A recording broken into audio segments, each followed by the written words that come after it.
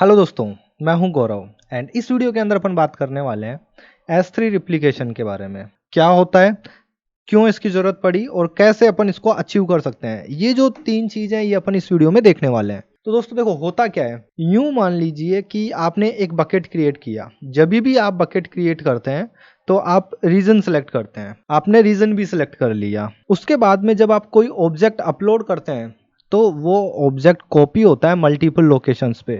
मतलब जब आप कोई भी एक ऑब्जेक्ट कॉपी करते हैं या कोई भी एक ऑब्जेक्ट अपलोड करते हैं S3 बकेट के अंदर, तो आप तो केवल उसको अपलोड करके रह जाते हैं, but AWS behind the scene क्या करता है, उस ऑब्जेक्ट को 2 या 3 अलग अलग अवेलेबिलिटी जोन में रिप्लिकेट कर देता है, जिससे अगर किसी एक अवेलेबिलिटी जोन पे कुछ इफेक्ट भी हुआ तो आपका ऑब्जेक्ट सेफ रहेगा और एटलीस्ट आपको हाईली अवेलेबल रहेगा। ये जो चीज होती है ये होती है बाय डिफॉल्ट। अभी तक आपने कोई भी रिप्लिकेशन इनेबल नहीं किया बट ये चीज होती है। अब अपना यहाँ पे टास्क क्या है, यूं मान लीजिए कि जब आपने एक ऑब्जेक्ट जो है वो अपलोड किया है तो वो अवेलेबिलिटी जोन में ना होके अलग अलग रीजन के अंदर वो कॉपी हो।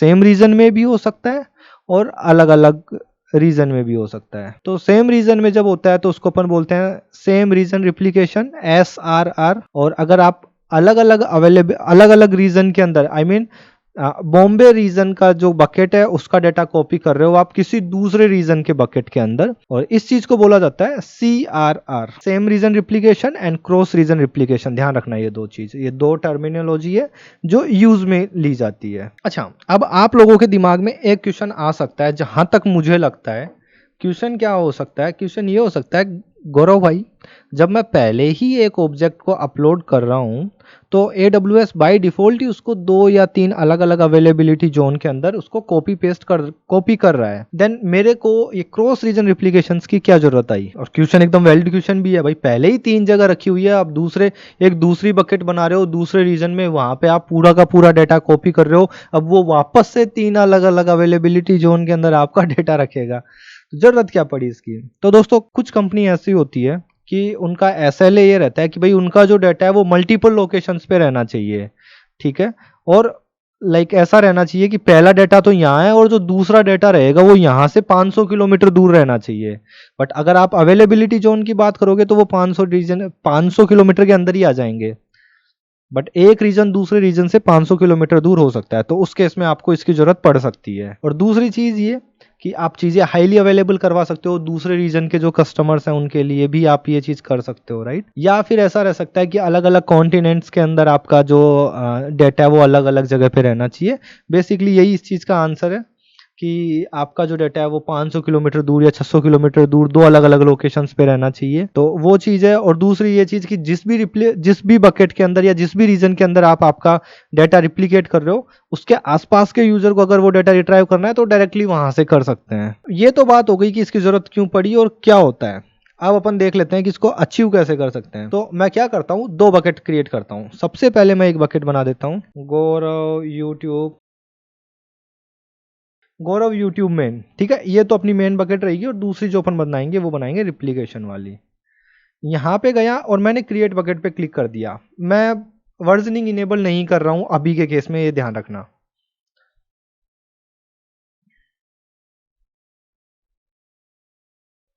एक बकेट मैं और क्रिएट कर लेता हूं, गौरव यूट्यूब रिप्लिका, ठीक है। तो मेन बकेट के अंदर अपन जो भी ऑब्जेक्ट डालेंगे वो यहाँ पे आना चाहिए। तो मैं वापस से कर लेता हूं, क्रिएट बकेट पे क्लिक। अब मैं अपनी जो मेन बकेट है वहां पे जाके कोई भी एक फाइल अपलोड करवाने वाला हूं, ठीक है दोस्तों। तो मैंने ये फाइल यहाँ पे अपलोड करवा दी है, कुछ भी एक्स्ट्रा मैंने नहीं किया है, केवल 2 बकेट बनाई है और एक बकेट जो मेरी मेन बकेट थी मैं वहाँ पे मैं एक फाइल अपलोड करवाया है, केवल इतना करवाया है। बट इतना करवाने से ऐसा नहीं है कि आपको वहाँ पे जो आपकी जो ये फाइल है रिप्लिकेट हो जाएगी दूसरे बकेट के अंदर, ठीक है। क्लोज कर देता हूँ एंड अभी आप देखिए मेन वाली बकेट को एक नए टैब में ओपन कर लिया और एक मैं ओपन कर रहा हूँ रिप्लिका वाली, ठीक है। तो अगर आप देखिए यहाँ पे तो ये आपकी मेन बकेट है और ये जो है ये है आपकी रिप्लिका वाली बकेट, ये दिख रहा है आपको। तो ऐसा नहीं है कि आपने वहां अपलोड किया और यहाँ पे आपको ऑब्जेक्ट दिखना स्टार्ट हो गए, ऐसा नहीं होगा। आपको कुछ तो कॉन्फ़िगरेशन अलग करना पड़ेगा। तो वो क्या कॉन्फ़िगरेशन है वो मैं आपको दिखाने वाला हूँ। अब आपको यहाँ पे मैनेजमेंट पे क्लिक करना है एंड यहाँ पे आपको दिख रहा है रिप्लिकेशन रूल। चलिए अब अपन रिप्लिकेशन रूल क्रिएट करते हैं। ओके, सो सबसे पहली चीज, जब मैं बकेट बना रहा था तो मैंने आपको बोला था कि आप यहाँ पे देखिए मैं वर्जनिंग इनेबल नहीं कर रहा हूँ। तो आपको यहाँ दिख रहा है सबसे पहली प्रॉब्लम क्या आ रही है, आपको वर्जनिंग इनेबल करनी पड़ेगी। चलिए कर देते हैं, दोनों बकेट्स के लिए मैं वर्जनिंग इनेबल कर देता हूँ। ठीक है, तो अभी आप देखिए इस बकेट के प्रॉपर्टीज में आता हूँ एंड यहाँ पे आप देखिए वर्जनिंग इनेबल हो चुकी है। ठीक है, दूसरी वाली बकेट के लिए भी अपन कर लेते हैं। प्रॉपर्टीज में जाता हूँ एंड प्रॉपर्टीज में जाके edit enable and save changes. बढ़िया, अब अपन अपने वापस मेन वाली बकेट में जाते हैं और मैनेजमेंट में जाते हैं। जैसे ही मैं मैनेजमेंट में गया तो जो अपने को वार्निंग आ रही थी वो वार्निंग यहाँ से निकल चुकी है एंड क्रिएट रिप्लिकेशन रूल पे मैं क्लिक करता हूँ। यहाँ पे आप स्टेटस दे सकते हैं कि जैसे ही रूल क्रिएट होएगा तो इसको इनेबल रखना है या डिसेबल रखना है। अब यहाँ पे आपको आपकी सोर्स बकेट है वो तो यही बकेट रहेगी जो अभी बाय डिफॉल्ट जो प्रेजेंट बकेट है वो, बट आपकी जो डेस्टिनेशन रहेगी वो क्या रहेगी। ठीक है, तो मैं इसको कर देता हूँ apply to all object in this bucket. ठीक है, इस बकेट के अंदर जितने भी ऑब्जेक्ट रहेंगे आप उनके लिए ये चीज इनेबल कर रखें एंड ऊपर देखिए आप यहाँ पे स्कोप भी डाल सकते हैं, आप यहाँ पे प्रीफिक्स डाल सकते हैं। मैंने आपको बता रखा है प्रीफिक्स क्या होता है, क्योंकि बहुत सारी जगह पे ये चीज यूज आने वाली है प्रीफिक्स। सो यहाँ पे आपका जो प्रीफिक्स है आप डाल सकते हो कि उस प्रीफिक्स के जितने भी ऑब्जेक्ट होंगे केवल वही मेरे को रिप्लिकेट करने हैं। तो ऐसा भी आप कॉन्फ़िगरेशन कर सकते हो, बट वीडियोस को इजी बना रहा हूँ और ये सारे कॉन्सेप्ट मैं पहले क्लियर कर चुका हूँ, तो अब आपको ये चीज़ें मैं बोल रहा हूँ उसमें ही समझ में आ गई होगी। चलिए उसके बाद में आप यहाँ पे डेस्टिनेशन देखिए, आप यहाँ पे सेम रीजन रिप्लिकेशन भी यूज कर सकते हो और क्रॉस रीजन रिप्लिकेशन भी यूज कर सकते हो। सेम रीजन में बेसिकली आपकी जो दोनों सोर्स बकेट और जो डेस्टिनेशन बकेट है वो केवल और केवल एक ही रीजन में रहने वाली है। ठीक है, उसके अलावा दूसरी चीज यहाँ पे आप सिलेक्ट कर सकते हो कि आपका जो रिप्लिकेशन होगा वो इस AWS अकाउंट में ना हो कि किसी दूसरे AWS अकाउंट में हो। राइट, तो इस चीज का भी यहाँ पे आप लोगों को फायदा मिल जाएगा कि कई बार आपकी रिक्वायरमेंट ऐसी आ सकती है कि मेरे इस अकाउंट में जितने भी ऑब्जेक्ट्स आए वो मेरे किसी दूसरे अकाउंट में जाने चाहिए। तो बेसिकली अगर आप डेवलपर्स हैं तो आप सोच सकते हैं कई बार आपको टेस्टिंग के लिए कुछ डेटा चाहिए होता है जो आपके एंड यूजर अपलोड करते हैं, है ना। तो अब आप ऐसा तो है नहीं कि आप प्रोडक्शन डेटा पे काम करना स्टार्ट कर दोगे। तो आपके यूजर जो भी फाइल अपलोड करेंगे आप उसको रिप्लिकेट करो आपकी टेस्ट बकेट के अंदर और आप इसको यूज कर सकते हो। ये भी एक टेस्ट केस है जो मुझे आपको बताना था बट मैं भूल गया, बट जब मैंने सेटिंग देखी तो मुझे वापस से समझ में आ गया। तो यस, ये चीज आप यूज कर सकते हो। ठीक है, एंड यहाँ पे आपको आपके AWS का अकाउंट आईडी डालना है और उस अकाउंट के अंदर जो बकेट है उसका नाम डालना है। बट चीजों को सिंपली बनाने के लिए अपन इसी अकाउंट की कोई बकेट यूज करने वाले हैं। तो ब्राउज S3 पे क्लिक करता हूँ एंड अपने को रिप्लिकेट करना है इस वाली बकेट के अंदर। ठीक है, इस बकेट के अंदर जो भी डेटा आएगा उसको रिप्लिकेट होना है इस वाली बकेट के अंदर। तो चूज पाथ पे मैंने क्लिक किया तो इसने बाय डिफॉल्ट देखिए इसने उठा लिया है। स्क्रॉल डाउन करता हूं एंड एक चीज और जो मुझे बतानी है, जब मैंने नीचे सेटिंग देखा तो यहाँ पे इंक्रिप्शन आ रहा है। तो कई बार आपकी रिक्वायरमेंट ऐसी रहती है कि यूजर ने जो भी फाइल अपलोड की है उनको दो अलग अलग इंक्रिप्शन एल्गोरिथम्स में आपको दो अलग अलग जगह पे रखना हो, तो आप कैसे रखोगे। तो उस केस में भी आप ये रिप्लिकेशन यूज कर सकते हो। ये मेरा एक रियल टाइम यूज केस था जो मैंने मेरी लाइफ में यूज किया था कि हमारे पास जो भी यूजर जो फाइल अपलोड कर रहे थे हमको पहले तो उनको दो अलग अलग कॉन्टिनेंट्स में रखना था एज वेल एज दो अलग अलग इंक्रिप्शन एल्गोरिथम्स के साथ रखना था। तो उस टाइम पे हम लोगों ने ये चीज यूज की थी। ठीक है, अब मैं सेव पे क्लिक कर देता हूँ एंड सेव। ओके, ये IAM रूल अपन से पूछ रहा है तो अपन एक नया IAM रूल क्रिएट कर देंगे। ये अपने से IAM रूल पूछ रहा है एंड मैंने यहाँ पे क्रिएट न्यू रोल पे मैंने क्लिक कर दिया है एंड सेव चेंजेस पे मैंने क्लिक किया। ठीक है, अब देखिए बेसिकली होता क्या है, जब आपका डेटा आप रिप्लिकेशन की सेटिंग इनेबल करते हो तो AWS ये बोलता है कि पहले का जो डेटा है मैं वो रिप्लिकेट नहीं करूंगा, बट अब जो भी नया ऑब्जेक्ट आएगा मैं उसको रिप्लिकेट कर दूंगा। और अगर आपको ये चाहिए कि आपको पहले वाला डेटा जो है वो भी आपको रिप्लिकेट करना है, तो आपको यहाँ पे दिखिए आपको बैच ऑपरेशन जो जॉब है ये आपको चलानी पड़ेगी, जो एक सेपरेट सर्विस है। ठीक है, तो ये अपन बाद में देखेंगे। अभी के केस में अपन ये देखने वाले हैं कि कोई भी नया ऑब्जेक्ट आएगा तो वो यहाँ पे रिप्लिकेट होना चाहिए, और जो पुराना ऑब्जेक्ट है वो यहाँ रिप्लिकेट नहीं होगा। इसीलिए मैंने एक ऑब्जेक्ट ऑलरेडी अपलोड कर दिया था एंड मैं सबमिट पे क्लिक करता हूँ। आप देखिए रिप्लिकेशन कॉन्फ़िगरेशन सक्सेसफुली अपडेटेड। ठीक है, ये सारा का सारा हो गया। अब अपन यहाँ पे चलिए, आपकी रिप्लिकेशन वाली जो बकेट है, इस बकेट के अंदर आप देखिए एक भी ऑब्जेक्ट नहीं है, कोई भी ऑब्जेक्ट नहीं आया।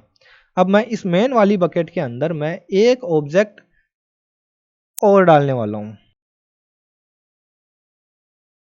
इस फाइल का नेम थोड़ा छोटा कर देता हूं एंड इस फाइल को मैं अपलोड करवा रहा हूं। एंड अभी देखो मैंने अपलोड पे क्लिक नहीं किया है एंड यहाँ पे अभी तक आप देखिए कोई भी फाइल नहीं है। अब मैं अपलोड पे क्लिक कर रहा हूं, अब क्या होता है देखते हैं। फाइल अपलोड हो चुकी है, इसको क्लोज करते हैं एंड इसको रिफ्रेश करते हैं। ठीक है, 3.png पहले ही थी और 23.png अपन ने जस्ट अपलोड किया है। अब मैं रिप्लिका वाली बकेट पे गया एंड मैं इसको रिफ्रेश करता हूँ। तो थोड़ा रिफ्रेश करते हैं, वेट करते हैं चीज़ों को रिप्लिकेट होने का। तो आप देखिए यहाँ पे ये फाइल अपने आप यहाँ पे आ चुकी है। ठीक है, एकदम सिंपल, ऑलमोस्ट 10 से 15 सेकंड के आसपास का टाइम लगा होगा, बट यहाँ पे ये फाइल वापस वैसे के वैसे फाइल यहाँ पे आ चुकी है। अब दोनों साइड अपन वर्जनिंग के टैग देखते हैं, अलग अलग है या सेम है, पहला और दूसरा। तो यहाँ पे आप वर्जन आईडी देखिए DWDU एंड यहाँ पे आप देखिए आपकी वर्जन आईडी। तो आपकी जो वर्जन आईडी है वो भी रिप्लिकेट होती है। इतना समझ में आ गया। अब एक चीज़ और जो मुझे आप लोगों को बतानी है, लाइक मुझे तो लगता है कई बार आप मुझे गालियां देते होंगे, एक एक चीज़ और बतानी है, एक चीज़ और बतानी है, कर करके पता नहीं कितने बड़े बड़े वीडियोस कर देता है, बट आदत से लाचार हूँ, आप बोल सकते हैं। ठीक है, चलिए क्या करते हैं अपन, यहाँ पे ये जो 23 मैंने यहाँ पे वर्जनिंग जो है वो मैंने डिसेबल कर दी है। ठीक है, यहाँ पे भी मैंने डिसेबल कर दी है एंड ये जो 23.jpg फाइल है इसको मैं डिलीट कर रहा हूँ।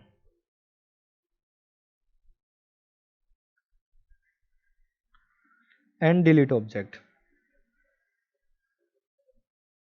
ये फाइल मैंने डिलीट कर दी, बट जब मैंने आपको वर्जनिंग बताई थी तो मैंने आपको बताया था कि डिलीट नहीं होती है, बिहाइंड द सीन एक मार्कर अटैच होता है, राइट। अगर आप देखोगे तो यहाँ पे ये इसको केवल डिलीट मार्कर लगा है। बट अब अपन देखते हैं कि जो बकेट जिसपे ये चीज रिप्लिकेट हुई है वहां पे क्या चल रहा है। यहाँ पे ये फाइल है और आप रात भर बैठे रहोगे या 2 दिन भी बैठे रहोगे तो ये रहेगी यहीं, ये डिलीट नहीं होगी। इन शॉर्ट, आपका जो रिप्लिकेशन है वो जो डिलीट मार्कर होता है वो उसको रिप्लिकेट नहीं करता है। इतना समझ में आया। तो अब आप बोलोगे कि ठीक है, प्रॉब्लम समझ में आ गई है, सॉल्यूशन क्या है ये बताओ गौरव भाई। तो सिंपल सा आपको क्या करना है, आपको मैनेजमेंट पे जाना है। ओके, एंड मैनेजमेंट पे रिप्लिका वाले पे नहीं जाना, आपको जो मेन वाली है आपकी उस पे जाना है। तो इसके मैनेजमेंट पे जाना है। आपका जो ये रूल था आपको इसको एडिट करना है, एडिट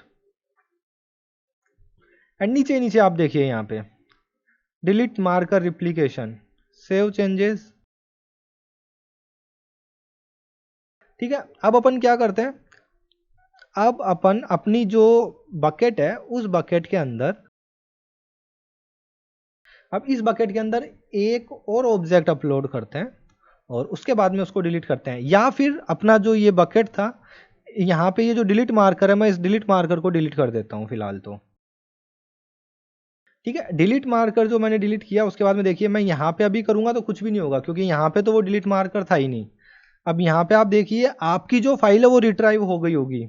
अगर अभी आप यहाँ पे देखो तो 23.jpg यहाँ पे ऑलरेडी अवेलेबल है एंड मैं इसको यहाँ से सिलेक्ट करता हूँ एंड इसको डिलीट करते हैं, डिलीट ऑब्जेक्ट।